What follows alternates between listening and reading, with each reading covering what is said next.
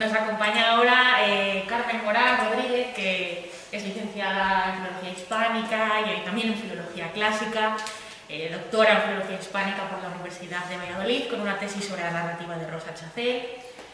Carmen ha disfrutado de becas muy prestigiosas tras doctorarse, como la Juan de la Cierva, la Ramón y Cajal o la Fulbright. Ha impartido docencia y ha realizado varias estancias de investigación en universidades tanto españolas como del extranjero en diversos países, y ahora mismo es profesora titular de la Universidad de Valladolid.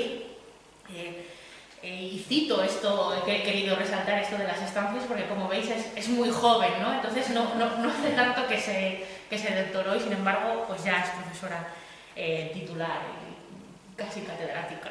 Es especialista en literatura española contemporánea, terreno sobre el que además ha publicado varias monografías como Figuras y figuraciones femeninas en la obra de Rosa Chacel, Juan Ramón Jiménez y la poesía argentina y uruguaya en el año 48, Historia de una antología nunca publicada y publicada en Visor, Hologramas, realidad y relato del siglo XXI, publicado en TREA en 2017, y además es editora de varios volúmenes como Arias Tristes de Juan Ramón en Espasa y Memorias de Leticia Valle de Rosa Chacel en Iberoamericana Berber.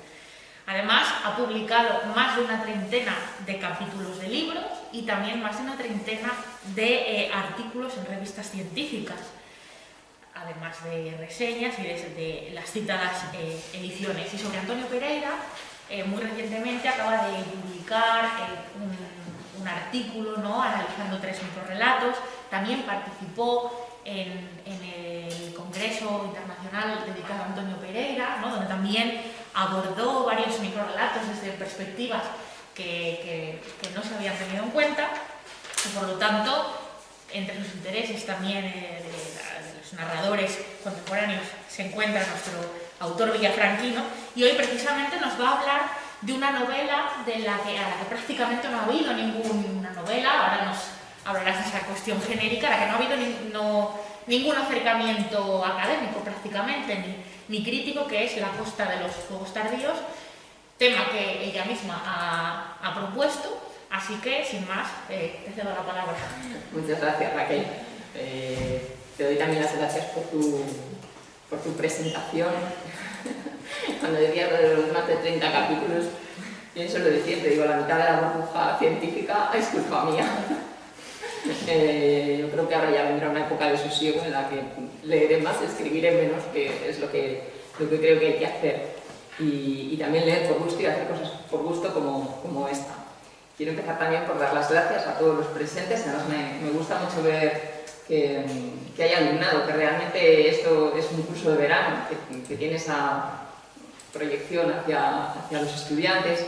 Y quiero dar las gracias, por supuesto, a Raquel y a Natalia, también a las instituciones, a la Fundación Antonio Pereira, a la Universidad de León, pero las instituciones son las personas, y para mí estas dos instituciones pues son Natalia y Raquel, con las que siempre estoy tan a gusto, y siempre dicen que sí a todo y yo les digo que sí a todo también, porque lo hago encantada. Y además me gusta mucho estar en esta ciudad porque, como habrán notado por mi apellido, pues soy de Valladolid, pero poco, en realidad. Toda mi familia es de León, así que es como volver a casa.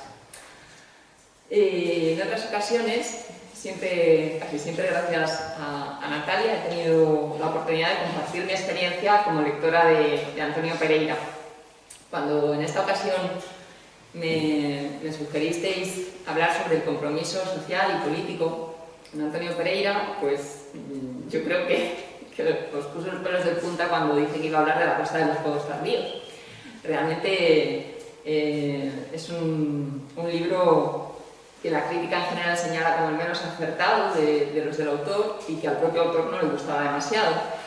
Y quizá además es un libro en el que el compromiso político o social no es demasiado evidente. Sin embargo, creo que sí lo hay, que hay que leerlo entre líneas, como casi siempre sucede con Pereira, y que además es un libro que hoy tiene mayor actualidad de lo que pensaríamos, y por un lado tiene esa actualidad ideológica, social, pero también ejerce una cierta atracción estética, un poco vintage, Quiero decir, es una atracción estética a su pesar. Creo que cuando Pereira escribe el libro no lo escribe con esa estética kitsch o retro que hoy nosotros apreciamos en él al leerlo.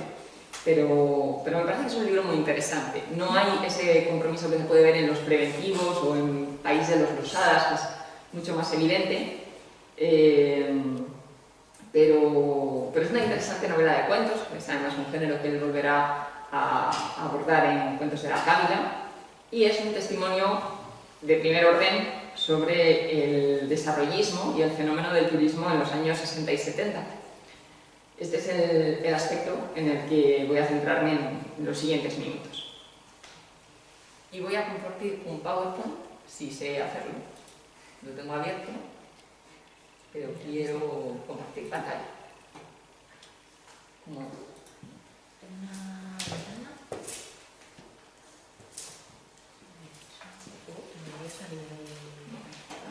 Vamos a mejor. Y si no, la pestaña. Es que creo que eso es. Si no, puedes compartir pantalla directamente y poner desde y abrir el PowerPoint. Sí. Toda tu pantalla. ¿Alguien nos puede decir si se ve? No se ve. ¿Cómo lo hacemos? No, a veces da fallo, creo otra vez, si no. Pero no ves compartir pantalla. Comparte pantalla y después entras a nuestro. ¿Puedo hacerlo? Ahora. ¿Pincha? Pincha y dale a imagen. compartir. Ahí, Porque si no compartir. compartes. Ahí. Ocultar. Ahora. Y ahora ya. Inclinación especial en Miserable. Sí. ¿Y ahora? Sí. Vale. Bueno, en 1950 España recibía menos de 1 millón de turistas. 10 años más tarde, en 1960, eran más de 6 millones de turistas los que visitaban nuestro país, fundamentalmente nuestras costas, pero también el interior. Por ejemplo, La Mancha, la Ruta del Quijote, fue muy popular entre los extranjeros que visitaban España en estos años. Y en 1975, es decir, un par de años antes de que Pereira escribiese su libro, esta cifra había crecido hasta los 28 millones de turistas, que además equivalían al 88% de la población española. Quiere decirse que en 1975 un contingente que era prácticamente el volumen de la población que España tenía en este tiempo había entrado en el país. Claro, no se había quedado todo el año, pero bueno, había una población flotante importante de extranjeros. De este fenómeno naciente, que en 20 años se consolida, surge evidentemente un choque cultural que tiene muchísimo interés y que deja una huella muy profunda en la vida cotidiana y en las manifestaciones culturales en todos los sentidos, y que creo que además sigue presente, sus consecuencias siguen presentes a día de hoy. Se trata del encuentro entre la población española, que todavía estaba anclada en la autarquía, en el trauma de la guerra civil, en la represión y el silencio impuestos por la dictadura franquista, en los valores morales y la educación prácticamente monopolizadas por una iglesia católica particularmente conservadora en España, y no solamente particularmente conservadora, sino, vamos a decir, solidaria de los valores de la dictadura franquista, por una parte, y por otra se produce el choque con la forma de vida de los extranjeros de diferentes nacionalidades que visitaban nuestro país y que estarán paradigmáticamente encarnados en ese mito de las suecas, como las llamará Umbral, pero no son solo las suecas, las suecas son ahí la metonímia de todo, no del todo, ahora hablaremos de esto, de cierto contingente de extranjeros.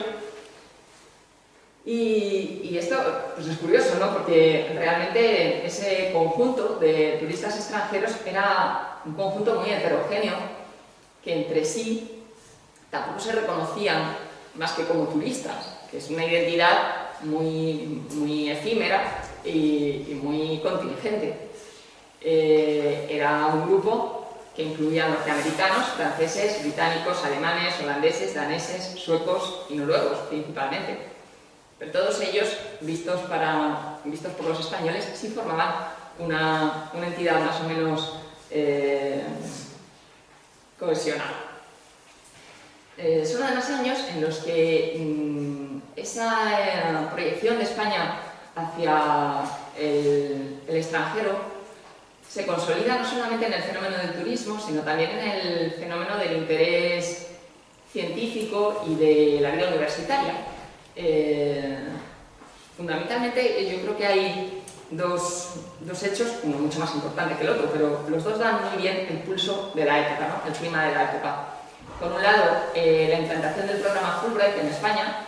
El programa Fulbright se había creado en los años 40 a instancias de un senador norteamericano que decide, bueno, pues, con ese ánimo filantrópico muy propio del país, dedicar un dinero invertido que luego se multiplicaría a financiar a investigadores norteamericanos que viajaban al extranjero y también de otros países que viajaban a Estados Unidos, pero no solamente con el afán de que se produjese una mejora científica, sino también con el afán de propiciar los lazos ecuménicos, internacionalizadores, de diálogo, y es una institución que siempre ha tenido esa faceta. España, por supuesto, estuvo excluida del programa hasta que en los años 50 se produce el acercamiento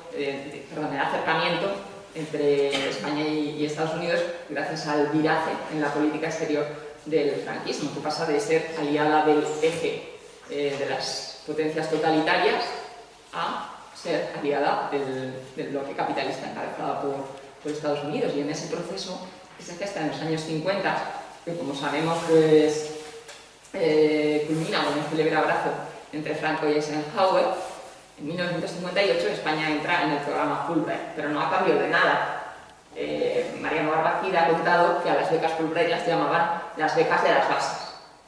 De las bases, no de las bases de concursar para becas, sino de las bases militares norteamericanas que se habían puesto en suelo español. Y en esos mismos años se crea también una institución, que conozco bien, es la AEPE, la Asociación Europea de Profesores de Español, que también tenía ese mismo ánimo de poner en comunicación una España que hasta ese momento había estado aislada con el resto del mundo, que además se asomaba a España un poco renovando el mito orientalista del romanticismo. Si pensamos en la imagen que tuvieron de España pues, autores como Mérimée o Washington Irving, finales del 19, pues ese mismo orientalismo, esa misma España un poco de cartón piedra, imaginaria, literaria, más que real, se renueva en cierta forma en esa visión que se va a tener en los años 60 y 70, incluso en algunas instituciones científicas.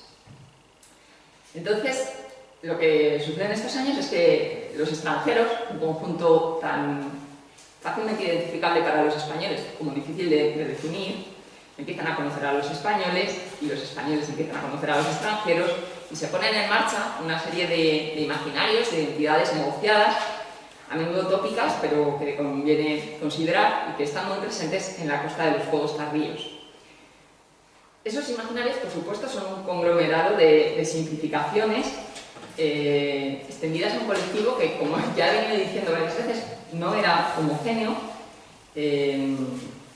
y que se definía tanto por los países de procedencia como por los motivos de la estancia. Por ejemplo, los militares norteamericanos no eran esos turistas, no son esos turistas que aparecerán en estas novelas, porque ahora vamos a ver que La Costa de los Juegos Tardíos forma parte de toda una saga de novelas que tienen estos mismos temas. Es verdad que hay alguna novela centrada en el ámbito de los militares norteamericanos, con los que llega, por cierto, el rock and roll a España, y eso sí que se refleja en alguna novela, pero menos. Se hizo más popular la novela del boom turístico.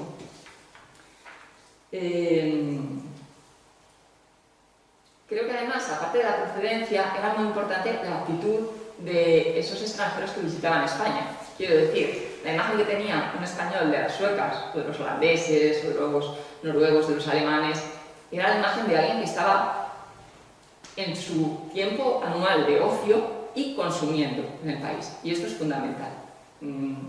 El las suecas, los turistas extranjeros que visitaban España, no eran lo mismo que podían ser sus compatriotas en cualquier otro momento del año y en cualquier otro contexto, sino en ese contexto del consumo de turismo que ahora veremos, porque no era simplemente un consumo material, sino el consumo de toda una experiencia y, por tanto, de una identidad construida. Entonces proyectaban una imagen de desenfado, de alegría y de frivolidad un tanto amoral, que también, bueno, pues ponía los pelos de punta, y eso también estaba parte del atractivo, y eso se ve muy bien en la costa de los Juegos Tardíos. Este fenómeno también corre parejo a la delineación de lo que llamaríamos una especie de marca España. Creo que lamentablemente, por lo menos mi opinión es que lamentablemente esa idea de la marca España se recuperó hace unos años. Parece que no se ha avanzado mucho. Al crear una imagen icónica y, por tanto, tópica y simplificadora, pero muy eficaz, muy eficaz desde el punto de vista del consumo, muy exportable, de nuestro país: los toros, los molinos, Don Quijote, el sol, la playa y los torridos amores de verano, por supuesto. Esto se ve muy bien en el cine. El cine, junto con la fotografía, pues fueron los instrumentos, las industrias que se pusieron al servicio de la popularización de estas imágenes. Pues aquí he seleccionado una película que se llama Rocío de la Mancha, sobre una chica joven de familia modesta que se gana la vida como guía turística para esos extranjeros que visitan La Mancha y quieren ver los auténticos molinos de Don Quijote.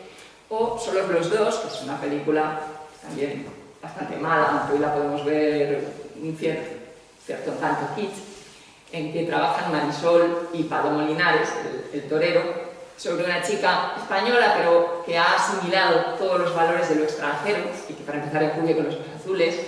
En la película, el personaje de Palomo Linares, que es el español, además torero, se refiere a ella como la chica Beatle, queriendo reflejar esa asimilación de los valores extranjeros. Es además una chica que conduce muy deprisa. Bueno, no me voy a extender. En general, pues no son grandes películas, algunas son incluso horribles.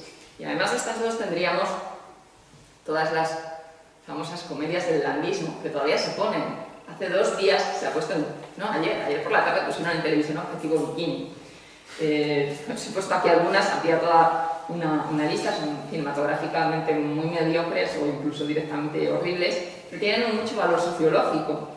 Por un lado exaltan el mito de la mujer extranjera, joven, sexualmente desinhibida, en estado de permanente jolgorio, y por otra el mito del español ardoroso, codiciado por las extranjeras a pesar de, o gracias a, su aspecto que no se ajusta a los cánones de belleza cosmopolitas, internacionales y no sé, al uso. Pero creo que fundamentalmente el público para el que se pensaban estas obras era el público español. Entonces también hay a veces una cierta moralina que termina, pues a lo largo de toda la película se disfruta visualmente de esos amoríos entre el español y, voy a decir, la sueca, pero al final se termina desmitificando para reafirmar a la española decente y recatada, aunque moderna. Bueno, son películas bastante ambiguas, porque por un lado todo lo que muestran durante el metraje era escandaloso, pero por otro lado tienen una moralina bastante conservadora.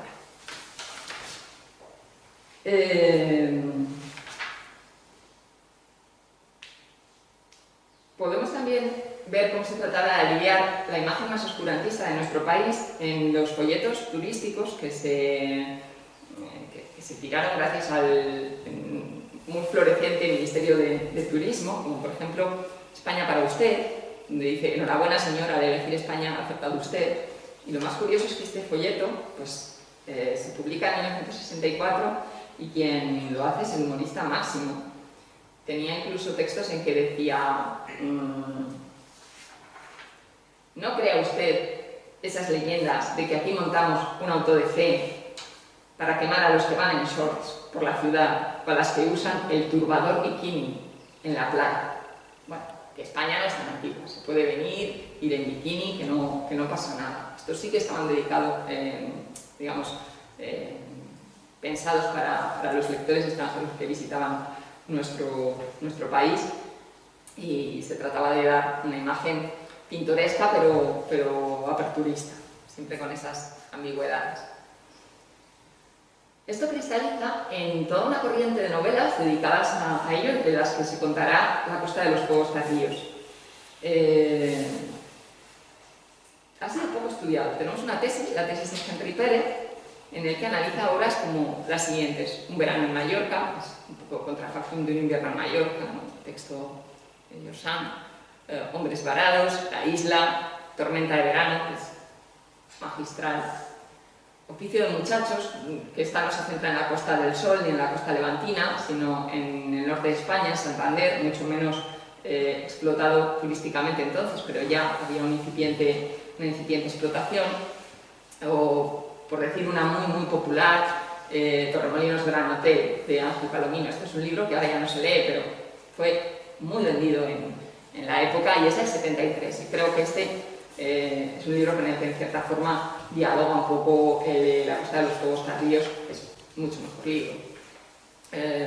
Podría citar otros muchos. Bueno, son libros muy buenos, otros no son tan buenos, pero desde un punto de vista de la sociología de la literatura creo que sí que tienen bastante interés. Por ejemplo, Alfonso Paso, uno de los dramaturgos comerciales del franquismo, tiene un libro que se llama Solo 17 años, con exclamaciones, además es una cosa muy sensacionalista. Se publicó en Argentina, no se publicó en España, y es sobre un matrimonio extranjero que seduce a una joven. Está el tema de la bisexualidad, del lesbianismo, en la descripción un poco, creo que sensacionalista de esta relación morbosa, y probablemente detrás de esto está la lectura de algún libro de Simone de Beauvoir. Tengo que investigar más por ahí, pero tiene mucho interés. O El gran momento de Mary Trivium, que yo creo que es una de las mejores novelas de la posguerra española. Y quiero mencionar un libro más, no he puesto aquí la portada, que no es un libro español, sino una traducción de un libro en inglés, norteamericano. El título original es The Preachers, Los vagabundos. El autor es James Michener, no os dirá nada, pero el título en español quizá algunos sí, pero sois muy jóvenes en general. Entonces, a lo mejor si os suena es de haberlo visto en la casa de vuestros abuelos. La traducción se tituló Hijos de Torremolinos, y esto fue un bestseller que estaba absolutamente en todas las casas españolas. Yo creo que en todas las estanterías había un ejemplar de Hijos de Torremolinos. También un poco porque no es que estuviera prohibido, pero cuando uno lo compraba tenía la sensación de que ahí se hablaba de cosas un poco escandalosas. Me parece muy interesante que The Drifters, Los vagabundos, se tradujera como Hijos de Torremolinos, porque en realidad solo una parte transcurre en Torremolinos. La mayor parte del libro no lo hace. Transcurre en el Algarve, en Marrakech, en Pamplona, en Mozambique. Es una especie como de gran tour de los beatniks, hippies. Es una generación que está ahí a caballo entre los beatniks y los hippies, casi hippies, ¿no? Porque alguno ha vuelto o se ha escapado de la guerra de Vietnam, una serie de jóvenes que vagabundean pues, en una especie de gran tour del siglo XX por estos enclaves. Tampoco es un gran libro, pero sociológicamente sí tiene su interés. Y a toda esta corriente pertenecería tardíamente a su vez, porque es del 74, La costa de los fuegos tardíos, que es una novela, pero realmente es una novela de cuentos, ¿no? Que es un subgénero que a mí me interesa mucho. No sé, supongo que al final es un gusto subjetivo, pero me parece que funciona muy bien y que creo que Pereira era un maestro. Creo que lo perfecciona en Cuentos de la Cávila, en La costa de los fuegos tardíos. Solamente algunos de los relatos están verdaderamente entrelazados, otros no, pero queda bien, porque es como una serie de postales, ¿no? Que une no capítulos, sino cuentos que conforman la novela. Pues un mismo ambiente, una misma voz. Ahora veremos. Decía, no capítulos, sino cuentos. Para ser cuentos les falta título. ¿No? Normalmente los cuentos tienen un título. Cuando uno compra un libro de cuentos, los cuentos tienen un título, y aquí no hay título. Y para ser capítulos les falta la numeración. Tampoco están numerados, simplemente hay un blanco tipográfico y comienza una nueva parte. Pero si compramos el libro, tuvo varias ediciones, compremos la edición que compremos, pues solo asumiremos que es una novela por el aspecto. Realmente no se nos dice que sea una novela, no se nos dice que sea un libro de cuentos, y si son capítulos no están numerados y si son cuentos no tienen título, que es algo un poco que nos descoloca. Yo los he numerado metodológicamente, pero lo pongo entre corchetes por eso, ¿no? Son 7 relatos y los menciono por su inicio, por su frase de apertura, no por su título, porque no lo tiene. En el primero, un innominado narrador, al que identificamos como Antonio Pereira, pero del que nunca se nos dice el nombre, es un yo, relata un yo además muy elusivo, que enseguida desaparece para que hablen los personajes. Relata un encuentro quedado con un viejo amigo suyo en el bar inglés de un hotel de la costa. Ese viejo amigo es Rómulo Villada, un palentino que se ha convertido en un próspero comerciante al calor del boom turístico, ¿no? Este hombre aparece escayolado, con una pierna escayolada, y rehúsa dar explicaciones. Luego sabremos qué accidente es el que le ha dejado así. Le cuenta además al narrador cómo ha sido su ascenso comercial en la Costa del Sol, y al avanzar el relato terminamos sabiendo qué es lo que le ha pasado, porque está cojo, ¿no? Rómulo Villada, el típico Alfredo Landa, que persigue extranjeras en la costa y está convencido de su éxito, pero ha tenido un encuentro con 4 jóvenes, 2 chicos y 2 chicas, que lo sabemos entre líneas, claramente le han embaucado, le han terminado robando la cartera, y él se ha tirado del coche, o le han tirado, no se sabe muy bien, y a resultas de esto se ha quedado cojo, ha perdido la cartera, la ocasión de consumar su idilio con alguna de estas jóvenes extranjeras, y sobre todo ha visto mal parado su pundonor de conquistador todavía juvenil. Ya es un hombre maduro, más que maduro. El segundo, y para mí el mejor de los relatos, comienza a Rodrigo Robledo, lo encontré en un rincón de los muchos del Don Pere. Transcurre en Marbella, creo que es el mejor retrato literario de la Marbella, que ha pasado de ser un pueblo de pescadores a ser una próspera ciudad turística. Y lo que cuenta es ese ambiente un poco de la Dolce Vita europea, que se reúne en las vacaciones de verano en Marbella. Rodrigo Robledo es un exitoso artista plástico, un pintor que vive en París todo el año, pero veranea en Marbella, y allí se cita con un montón de conocidos que no parecen individualizados, sino que forman una especie de amalgama, eso sí, muy cosmopolita. Hay incluso una princesa. El narrador, que es otra vez ese yo que identificamos con Antonio Pereira, pues retrata a esta princesa maravillosamente. Dice: todo el mundo se dirigía a ella como princesa y yo no sabía si era algo cariñoso o de verdad era princesa. Claro, todos pensamos en la princesa Soraya, que fue una de las celebrities, diríamos hoy, una celebrity que prestaron su imagen para que fuera utilizada promocionalmente como emblema como imagen de Marbella, ganaba en Marbella, y esto se exportó mucho dentro de lo que fue una cooperación comercial y política de proyección de este enclave, y que me interpretazo, claro.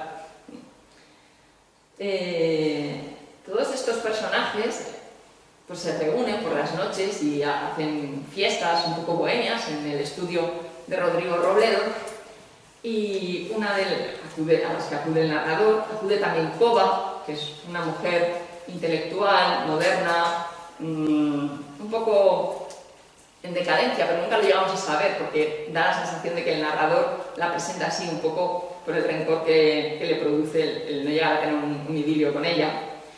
Y durante esas fiestas pues sufren las interrupciones de un vecino, un tipo bastante gris, un oscuro funcionario que tiene una mujer enferma del corazón y que sube para pedirles que por favor no hagan ruido. Pero cada vez entra un poquito más, porque les seduce mucho el ambiente de todos estos jóvenes y alocados artistas que fuman y beben y escuchan música jazz y son tan modernos y tan cosmopolitas, y él cada vez que entra a quejarse va entrando un poco más y termina siendo muy bien recibido por Coba, que le va liando, y él se va dejando liar, a pesar de que es un hombre muy conservador que está absolutamente en contra de todas estas modernidades, que desde mi punto de vista es el mejor de los relatos. El tercero, fui invitado a cenar con 2 matrimonios cordobeses. Bueno, pues este realmente lo hemos encontrado como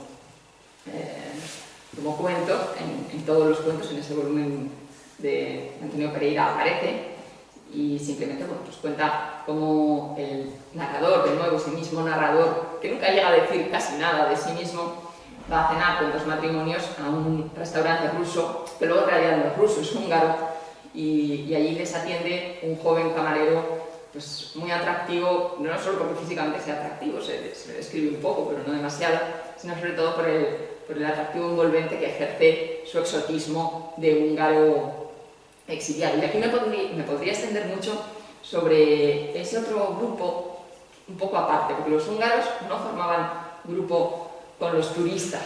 Los húngaros eran más bien exiliados con otro aura de romanticismo, y bueno, daría para escribir sobre ello. Es destripar un poco el desenlace, pero al final el narrador terminará averiguando que este húngaro pues en realidad no es húngaro. Y es que creo que uno de los grandes temas de La Costa de los Fuegos Tardíos es la impostura. La impostura a la hora de representar España, de representar lo extranjero, como identidades de cartón piedra para el consumo de una experiencia atractiva o satisfactoria, pero al final muy banal. El cuarto relato, se agradece ahorrar la descripción del restaurante chino, quizá uno de los peores, pero interesante. Igualmente, también cuenta cómo el narrador se encuentra con un viejo conocido y juntos averiguan una historia sobre un restaurante chino medio arruinado que un próspero manchego termina acogiendo bajo su protección para levantarlo, porque mantiene un idilio con la contable del restaurante. El quinto, una mañana es algo informal que desespera a la señora de la casa porque siempre hay alguien que se demora en la piscina. Es uno de los cuentos en los que más se ve la crítica, incluso política, directamente la crítica política al pelotazo turístico. Un cuento con bastante mordiente. El sexto habla de un fenómeno diferente, algo diferente del turismo, que además Pereira debería conocer muy bien. En él lo que se presenta, y en este además tengo que decir que no aparece por ninguna parte ese narrador que aparece en los demás, este es un relato absolutamente objetivista, es como si tuviéramos a la manera de los narradores del 50, se parece algunos cuentos de Juan García Hortelano. Hay una cámara que capta una serie de diálogos y prácticamente el cuento entero son esos diálogos por los que se va filtrando la información. No hay una intromisión de un narrador que nos diga lo que piensan o sienten los personajes, eso lo vamos averiguando por sus intervenciones. Lo que retrata es el ambiente de las empresas de pequeño electrodoméstico, que por su experiencia profesional conocía, y que además es una actividad que tiene sentido en la España del desarrollismo. En los años 40 no, pero en los años 50 y 60 la empresa de pequeño electrodoméstico tiene un gran papel en España. ¿Por qué? Pues porque España ha pasado de ser una autarquía a ser un país satélite de Estados Unidos y del bloque de consumista, y el consumo se ha extendido a los hogares. Entonces lo que presenta es ese ambiente de las convenciones de empresa, de los viajes de empresa pagados a un buen hotel en el que coinciden jefes y secretarios. Y eso es lo que se nos presenta, el evidente, incluso burdo intento de seducción de un jefe hacia su secretario. En ningún momento se dice que el intento sea burdo, pero esa cámara objetiva que nos presenta el narrador nos lo va dejando ver muy a las claras. Empieza así: siento hacerla trabajar hoy, no se preocupe por mí. Y así sigue, ¿no? El séptimo y último es un cuento muy sorprendente que terminará cerrando de manera circular lo que ahora ya sí podemos considerar una novela, porque empieza en Londres, no hay narrador, se nos presenta, bueno, hay un narrador heterodiegético que no tiene nada que ver con los personajes.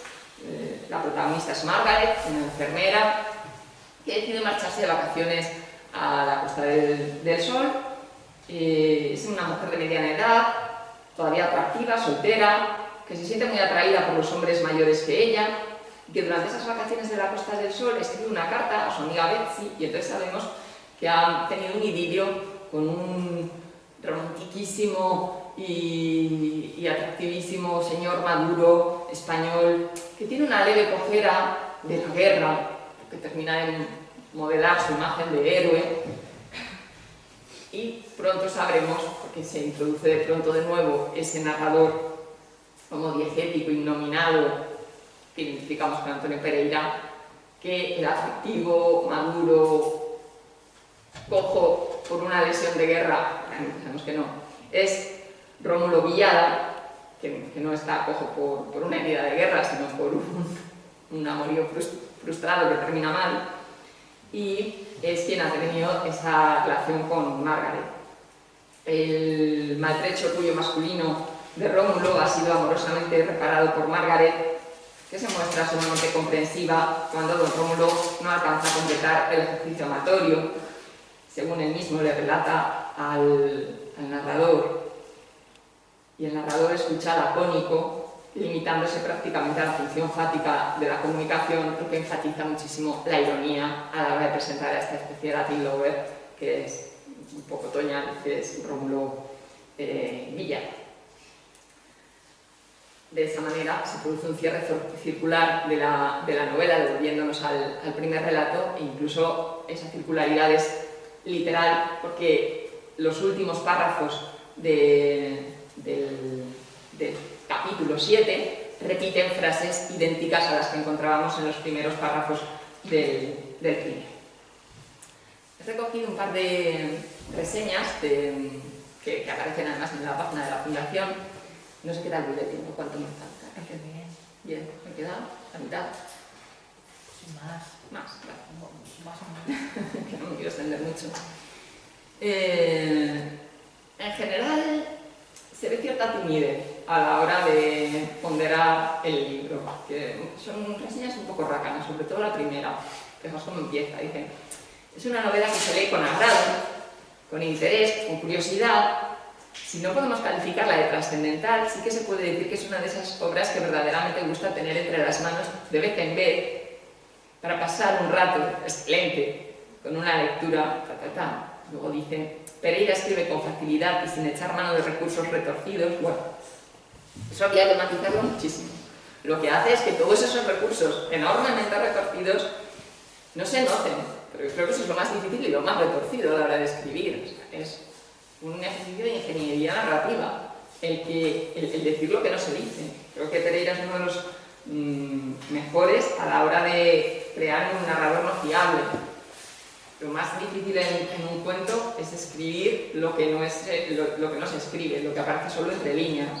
Pues por ejemplo eso, ¿no? Que la seducción del comercial de pequeño electrodoméstico y la secretaria, veamos evidentemente que es muy burda, sí que en ningún momento un narrador se inmiscuya para decírnoslo. Oye, mira qué mal lo está, ¿no?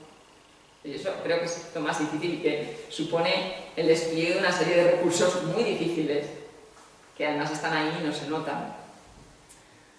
Luego dice: es honrado al decir las cosas y sabe detenerse en el justo punto para dejar que también el lector ponga algo de su parte en la narración. No, esa búsqueda de los lectores cómplices. Pero yo creo que Pablo Martín Cantarejo, cuando escribe esta reseña un poco cicatera a la hora de... No es muy entusiasta, se nota que es una novela que gusta leer de rato en rato, que se lee con agrado. Hay algún motivo moral, ¿no? Y eso que estamos hablando del año 74, ¿no? Pero le debió parecer un poco desfocado, porque sí dice que aparecen toda una serie de personajes, el cual más curioso, pero sin salirse ninguno de los moldes auténticos. El que lo lea y piense que esto es exagerado, porque allá, en la Costa del Sol, hoy se da todo lo habido y por haber, todo lo imaginable y hasta lo inimaginable. Me parece que un poco a lo que quería llegar el reseñista es a esto, a decirnos que es que la Costa del Sol es Sodoma y Gomorra.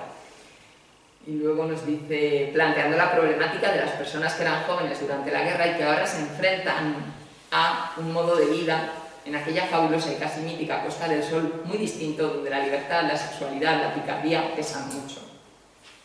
No sé si pesar es la palabra, ¿no? Pero sí es verdad que en el libro se presenta ese choque entre los españoles criados en la autarquía y la moral del nacionalcatolicismo y lo que ellos perciben como mujeres absolutamente liberadas sexualmente que vienen a una permanente fiesta. Claro, porque ellos percibían a los turistas en un perpetuo ocio. Con todo, me parece más interesante la reseña que apareció en el diario Libertad de Valladolid. Este diario tiene su historia, porque lo crea Onésimo Redondo. Lo que pasa es que se mantuvo durante muchos años y al final pues era un poco más abierto. Pero esta reseña es interesante. Dice: Pereira, buen viajero, buen observador, buen vividor y buen escritor, compone con esta nueva novela un excelente friso desenfadado, costumbrista y crítico. Aquí sí que se ve. Este reseñista, que no lo firma, sí que ve que se trata de un libro bastante crítico, de la realidad de la Costa del Sol española, que, como él mismo dice, no es tan sueca como la pintan, con profundidad, con cierto desgarro, con un cierto humor nostálgico y entrañable, lleno de matices y sutilezas, y con un cierto y evidente amor a la vida. Pereira da cuenta al lector, a su lector, de un mundo y de unos personajes que el autor va desnudando en un striptease, sí, porque está mal escrito, striptease, espiritual y literario, hasta dejarlos reducidos a su exclusiva densidad humana, con su pequeñez y su grandeza congénitas. Más que una novela, y el otro reseñista no nos lo decía, no nos decía que es una novela fragmentaria, una novela de cuentos. Más que una novela, La Costa de los Fuegos Tardíos es una serie de relatos, de cuentos breves entre costumbristas y sentimentales, aunados por el ambiente y por el temple cálido y vital de su autor. Exactamente, o sea, el ambiente y el narrador. Aun escribiendo en prosa muy moderna formalmente, muy hábil, muy desenfadada, casi el otro reseñista nos decía, no lo llegaba a decir, pero casi daba a entender que lo contrario, ¿no? Que no era nada moderno. O sea, aquí dice muy moderna formalmente, muy hábil, muy desenfadada, pero llena de penetración y rigor, demuestra siempre su condición de poeta, su visión de la vida a través de la poesía. Y ahora voy realmente donde yo quería llegar, ¿no? Que es a los temas que aparecen. Desde mi punto de vista, se pueden observar 4 temas, el último mucho menos, pero quería mencionarlo porque es algo que siempre es importante en este autor. En primer lugar,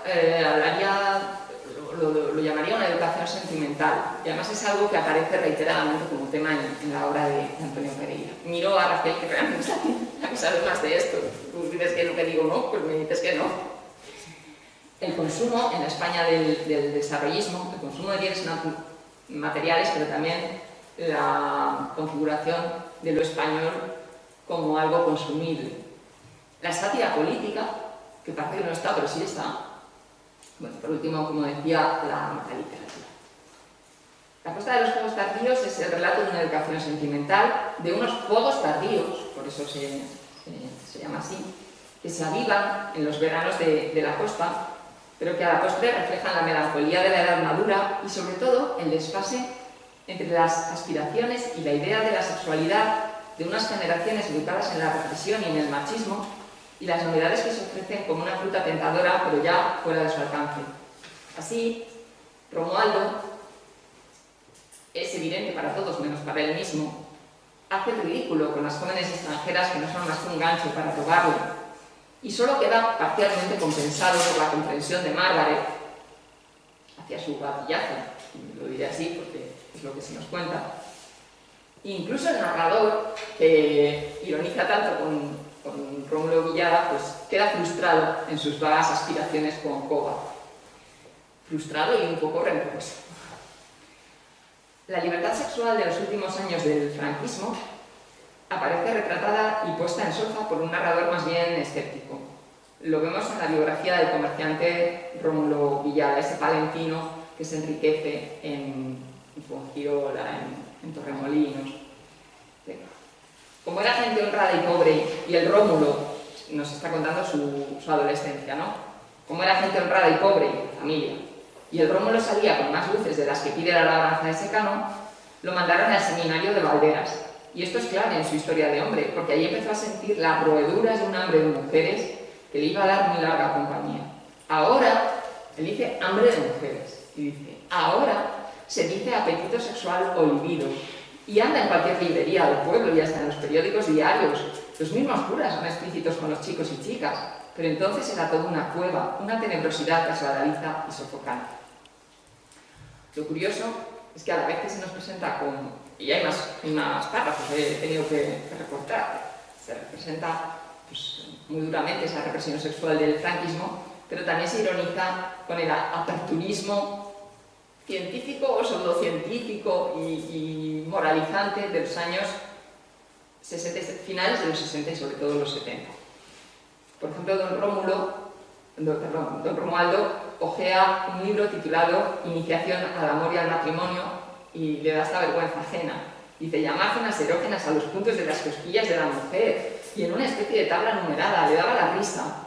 Había, sí, algún que otro detalle útil, pero que al fin y al cabo terminan viniendo espontáneamente al magín con la práctica.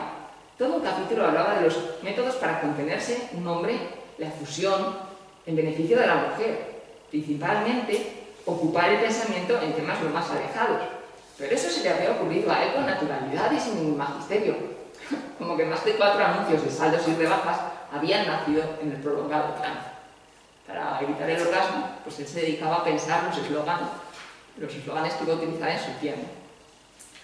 Claro, si lo leemos claramente nos parece muy anticuado, pero hay que pensar que se está presentando un personaje muy anticuado y se está presentando de manera verosímil. Este libro que se menciona en Iniciación al amor y al matrimonio no es un libro real, pero yo creo que el lector de la época reconocía sin demasiada dificultad un bestseller de los años 70 que fue El libro de la vida sexual. Se publicó por primera vez en el año 68 y era del famoso psiquiatra Juan José López Ibor, aunque después ha sido un título polémico porque Lidia Falcón dice que bueno, realmente lo escribieron 2 negros, que eran ella misma y su compañero Eliseo Bayo, quienes lo escribieron, aunque lo firmó Juan José López Ibor, y se convirtió en un bestseller entre las familias que querían modernizarse un poco, ¿no? en el franquismo tardío y estar al tanto de la vida sexual. Pero es que en estos mismos años se publican Amor y moralidad, estudio de la responsabilidad sexual. Os sorprenderá saber que el autor era el cardenal Karol Wojtyła, después Juan Pablo II. Amor, sexo y matrimonio de William Taylor, Moral del amor y la sexualidad de Marciano Vidal, Amor, matrimonio y sexualidad, todos estos en un paréntesis bastante breve de años, y eso es lo que con suma ironía está presentando Pereira. Creo que además es una ironía muy ambigua. Él ironiza hacia ese interés un poco morboso, como amparado en lo científico. Oye, en mi casa tenemos este libro, pero somos muy modernos, y por otro lado ironiza también sobre la incapacidad de este personaje de Romualdo para comprender el enfoque científico a la hora de tratar la sexualidad. Es verdad que ese personaje hoy, el de Villarán, nos puede parecer insoportable, porque se presenta a sí mismo como un galante caballero, amigo de disfrutar con las mujeres, con una mentalidad moderna y de buen gusto, cuando es poco menos que un obseso, más bastante carpetobetónico.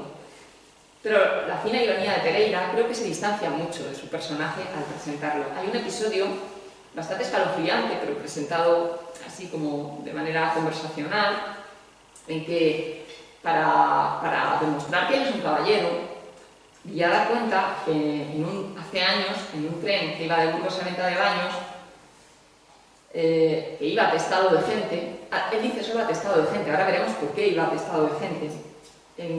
Estaba atestado de gente lleno de franceses, seguramente de origen judío, hacia Argel para salvarse de los alemanes. Pero el tren estaba lleno de judíos que huían de Francia hacia Argel. Y entre ellos iba una muchacha que empezó a ponerse enferma de mera necesidad menor, que se hacía aquí. Y no, como estaba lleno, el vagón no podía bajar. Y entonces Romualdo la ayuda al final a bajar después de mucho insistir. Y contándoselo a este narrador que vamos a llamar entre comillas Pereira, le dice: oye, pues ¿quieres creer que a 2 pasos de mí y me le eché un vistazo a la chica? Y el narrador dice: hombre, lo que no hubiera podido creer es lo contrario. No nos dice nada más. Luego el narrador no interviene para describirnos a Villada. No, por sus palabras le conoceréis. Es suficiente con lo que se nos ha dicho. En el relato quinto, don Ricardo, el pacato y timorato vecino que sube a quejarse de que hace mucho ruido, pero que termina seducido por Koga y sobre todo por ese ambiente de la bohemia y el desenfreno turbio, pero también algo intelectual de las noches de este artista que veranea en Marbella, es comparado con los manuales reprobatorios de las costumbres licenciosas, y a él mismo le complace esa comparación. Otro personaje le dice: usted me recuerda a esos libros morales que andan por los ropavejeros, explicatorios de todo lo que no debe hacerse pero que puede hacerse. Es que hay que ser de piedra para enterarse de eso con serenidad. ¡Qué autorazos aquellos! Se está refiriendo evidentemente a los catecismos de los años 40, incluso 50, que ahora ya andaban por los ropavejeros, ¿no? Lo más gordo es latín, pero que se entiende bastante. Prima species es ordinaria, ficuetanguendo clitorim. Bueno. También hay observaciones sobre la moda femenina, observaciones como las que hace el sacerdote Onofre Sangrador en otro de los relatos. Cito: las mujeres se han descarado tanto que de llevar la ropa por encima de la rodilla a subírsela a una cuarta, y como si dicen de no llevarla, la diferencia, nada. Y además no vayas a creer que solo aquí, en todas partes tú cenabas. Tú hace tiempo que no vas por allá arriba, pero en villas un poco grandes, el acabose. Sí, tenías que ver a las mozas de Aguilar de Campo, hasta las obreras y a las galletas. Aquí lo que nos está contando es cómo las costumbres de las extranjeras terminan corrompiendo también a las españolas. No cito, pero son muchísimas las descripciones de las atractivas extranjeras vestidas de manera voluptuosa, que se dan cita en las terrazas o en los festejos de este pintor, pero lo que destacaría es la fuerte despersonalización y desindividualización que se da. Forman como un conjunto heterogéneo, incluso respecto de 2 francesas se llega a decir: nadie sabe por qué siempre hay 2 francesas emparejadas en casa de Rodrigo Robledo. Se marchan, pero vienen otras, y si uno no pone demasiada atención, se cree que son las mismas, ¿no? Esa percepción de las extranjeras como un todo homogéneo, intercambiable, sin figuras personalizadas. O la descripción de una norteamericana que es una veterinaria, doctora, que está haciendo una tesis sobre los caballos andaluces, pero termina haciendo un striptease en la tertulia esta nocturna de Robledo. Es descrita así, ¿no? Había una norteamericana de ojos atentos, miraba de acá para allá a quien hablara, moviendo la cabeza como en un partido de tenis. Se levantó y fue igual que si hubieran izado una bandera. Siempre estaba tratando de mejorar el sitio para enterarse bien. Volvió a sentarse. Era nueva en esta plaza, grande, rubia, algo dentona, entusiasta, biológica. Maravilla que uno imagina desfilando con falda corta a favor de su candidato a la presidencia. Son 5 líneas, y creo que son 5 líneas que no tienen desperdicio. Primero aparece el choque entre códigos. Para un norteamericano, la costumbre de, ni siquiera la tertulia, ¿no? La fiesta en la que los participantes hablan desordenadamente es algo inconcebible. Entonces ella mueve la cabeza como un partido de tenis. Y después los tópicos sobre el país. Cuando se levanta, como es una norteamericana, es como si izaran una bandera, no solo porque es alta, sino por el nacionalismo que en ese momento en España estaba muy presente, porque empezaba a haber banderas norteamericanas y luego además dice que uno la imaginaba con falda corta desfilando a favor de su candidato a la presidencia. Maravilla biológica. Si leemos los muchísimos libros que hay de viajes a Estados Unidos en los años 60, que fueron muchos, todos insisten sobre la maravilla biológica de la raza en Estados Unidos, sobre cómo los jóvenes son guapos, son sanos, proyectan una imagen eso de salud y de belleza, y claro, en algunos casos incluso un poco infantil, son todos como niños, y eso es un pensamiento que aparece en Pla, en Delibes, en todos los autores que tienen libros de viajes a Estados Unidos en esta época. Paso al segundo tema rápidamente. El consumo en la España del desarrollismo aparece como un tema recurrente en varios sentidos. Es que verdaderamente el consumo de bienes se había extendido en la España de los años 60, el coche, los electrodomésticos, la ropa de factura barata y a la moda. Y creo que este es un tema que ahora mismo tiene muchísima vigencia. Si habéis leído Ordesa, esto está en Ordesa tal cual. El coche, los pequeños electrodomésticos, el acondicionamiento del hogar, la modernización del hogar. En Ordesa habla de que sus padres nunca llegaron a poner el baño, ¿no? que era una especie de obra permanente y nunca llegan a acondicionar el baño. Y la ropa de factura barata y a la moda, que termina con los comerciantes de ropa para toda la vida. Antes, cuando se vendía un traje, era con este traje se entierra usted, ¿no? Si no cambia de talla, porque se vendía la perdurabilidad, y ahora se empieza a vender el usar y tirar, que eso será lo que le permita a Rómulo Villada levantar su pequeño emporio, ¿no? Pero también eso, la configuración del país como un objeto de consumo para los extranjeros, y también la configuración de esa abstracta entidad de lo extranjero como un bien de consumo para los españoles. Villada, el palentino comerciante que se ha instalado en la Costa del Sol, encarna al hombre de interior, avispado, que a partir de un comercio local e ínfimo, que eran los saldos de una tienda de un tío suyo en Badajoz, pues termina levantando un imperio boyante al que le pone como nombre la tienda grande. El jardinero le dice al narrador: no se piense usted que hay escaparatones ni nada que sea así de aparente. Lo que hay, se lo digo yo, es que allí se venden más prendas que en toda la costa de Málaga, Algeciras. Un dineral que se recoge cada día, y todo con rebaja de precio. Los demás comerciantes tuvieron que juntarse, creo que fueron al sindicato y al gobernador a ver cómo podía consentirse esa guerra. Pero la autoridad, cuanto menos cabe, es que la vida más tranquilos a sus cosas. Ahí ya nos deja el tratadito, ¿no? Digo yo, y don Rómulo dice que para vender caro están las boutiques, que la tienda grande no es una boutique, que ya lo dice el nombre, que es una tienda. Y es verdad, si usted entra allí, que parece un comercio de los de antes. Don Rómulo, antes le llamaba Romualdo, pero es Rómulo, perdonad. Y del personaje, que es un personaje, bueno, pues complejo, nos llega a decir: él no da la cara nunca, jamás se le ha visto vendiendo en persona, ni siquiera se acerca por la tienda en las horas de bulla. Casi nos hace pensar un poco, ¿no?, en ese mito del negociante emprendedor, conservador, que procede del interior de España, que hoy encarna paradigmáticamente a Amancio Ortega. Voy a abreviar y paso a dar un par de muestras de la sátira política. ¿Dónde está situada esta tienda grande? Pues no nos extraña que esté situada en la plaza Queipo de Llano. Y en una obra en la que nunca se habla de política, pues Pereira solo nos dice: ¿no se ha acercado nunca por la plaza de Queipo de Llano? Para decirnos que ahí es donde está. La plaza de Queipo de Llano, hoy llamada Plaza de la Marina, es un lugar céntrico donde no cuesta imaginar esa tienda grande. Pero el lector no ignora que la plaza fue nombrada así tras la victoria franquista en la Guerra Civil, en honor al general Gonzalo Queipo de Llano, coordinador del golpe franquista en Sevilla y director de la ocupación de Málaga en 1937, una de las operaciones más duras de la Guerra Civil. La configuración de España como un bien de consumo hace que, por ejemplo, en uno de los hostales de la Costa del Sol, pues lo que haya sean fotos de lugares lo más alejados de la costa, por ejemplo, Covadonga, y un cuadrito pequeño con un recorte de La Vanguardia ponderando las fondas auténticas. Es decir, se vende la experiencia de España al completo.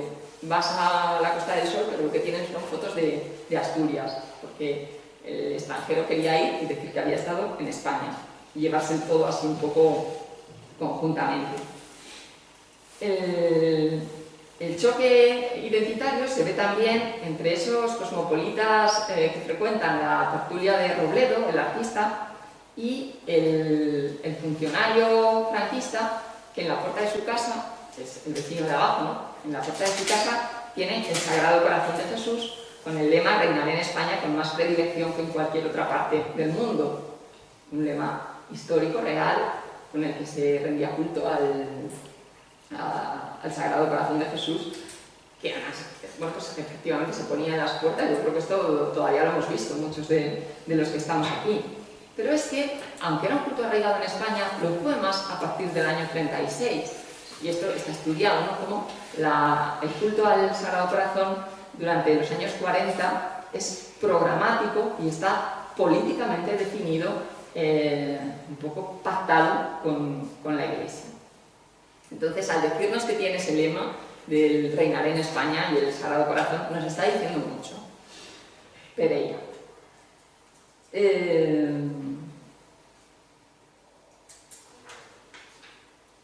Uno de los cuentos en los que mejor se ve esa sátira política es el número 5, que veíamos antes,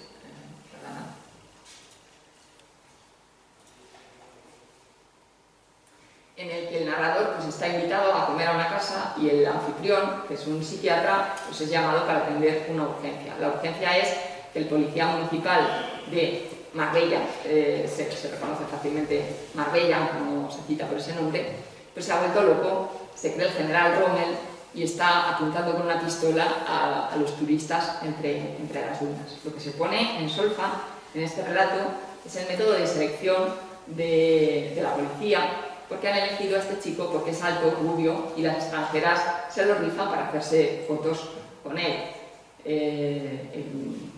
Tiene un pasado militar en África, y el que se crea Rommel, pues tampoco me parece que sea casualidad, ¿no? Ahí también entre líneas nos lo está diciendo. Por último, mencionaré muy brevemente esas reflexiones metaliterarias que jalonan varios de los relatos.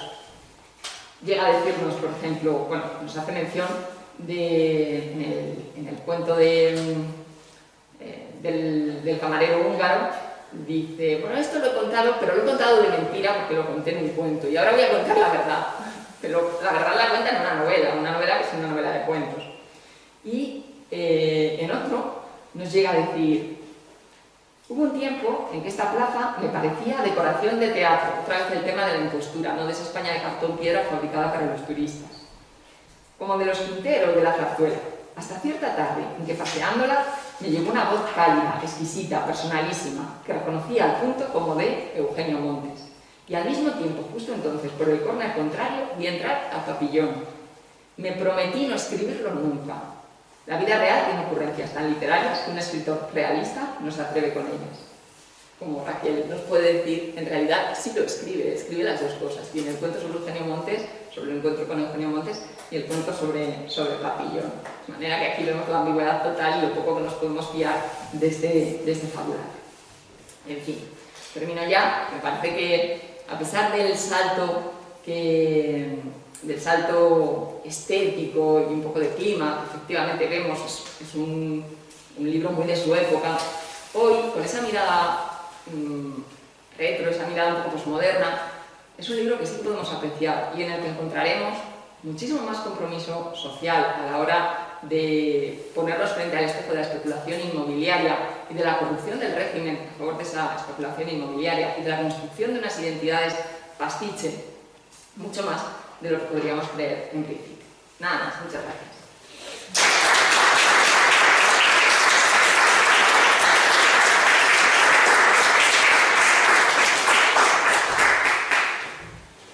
Bueno, enhorabuena, Carmen, porque... Te he convencido de que... Sí, gracias por esos capotes que me echas como que fuera yo una especialista, pero yo te felicito y aseguro a la audiencia, aunque seguramente haya más personas que hayan leído esta novela compuesta, da igual el rótulo que queramos escoger, porque es muy difícil. Es bastante difícil, es mucho menos asequible que los cuentos, y tú lo has hecho muy fácil. Y es que no me gusta, no me gusta mucho. Entonces, a mí me has animado a releerla y a dar las claves. Hoy la leemos un poco en plan cuentamen.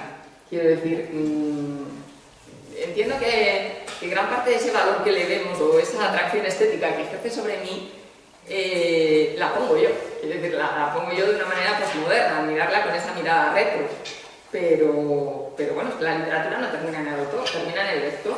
Entonces, me parece que es una obra que hoy despierta más interés por el fenómeno Cuéntame, el decir, ostras, qué documento de esta época.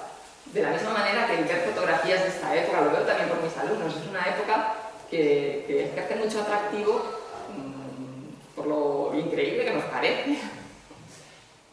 Yo estoy de acuerdo con Raquel, la tenía un poco olvidada y esta tarde voy a ponerme a releerla. Y eso porque lo has hecho muy atractivo. Sí, sí, pero es porque me gusta, realmente.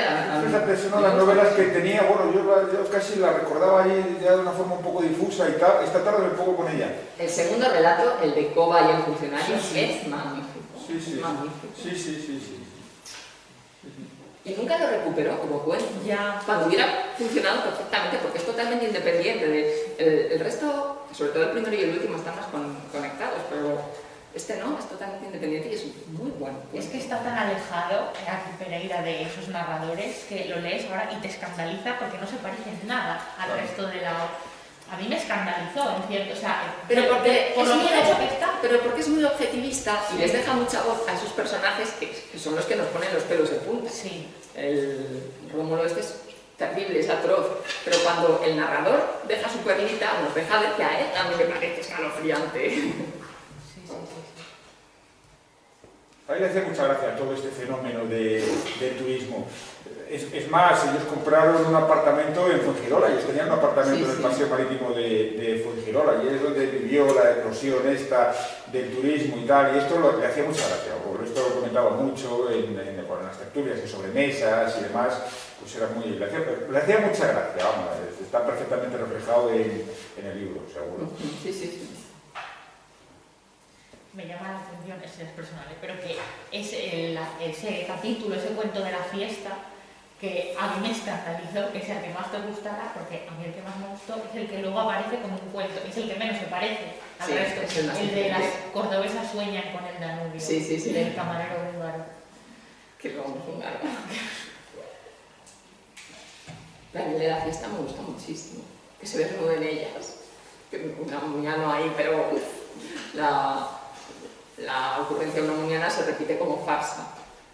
Lo que me gusta de ese cuento es que es totalmente objetivista también. Es como una cámara que se hubiera colado en una de esas fiestas decadentes de la época con la princesa, que nadie sabe. Hay un momento que refleja perfectamente un poco esa inmoralidad del ambiente de estas fiestas bohemias en la España franquista, en que están relatando las crónicas de un personaje parodia las crónicas de sociedad de la Marbella de la época y dice, y acudieron al bautizo. ¿Qué bautizo? Pues el bautizo de un barco, no va a ser de un niño. Un barco maravilloso. Si alguien tiene alguna pregunta más, algún comentario, no. Bueno, pues creo que el tiempo apremia, así que muchas gracias, Carmen, de verdad.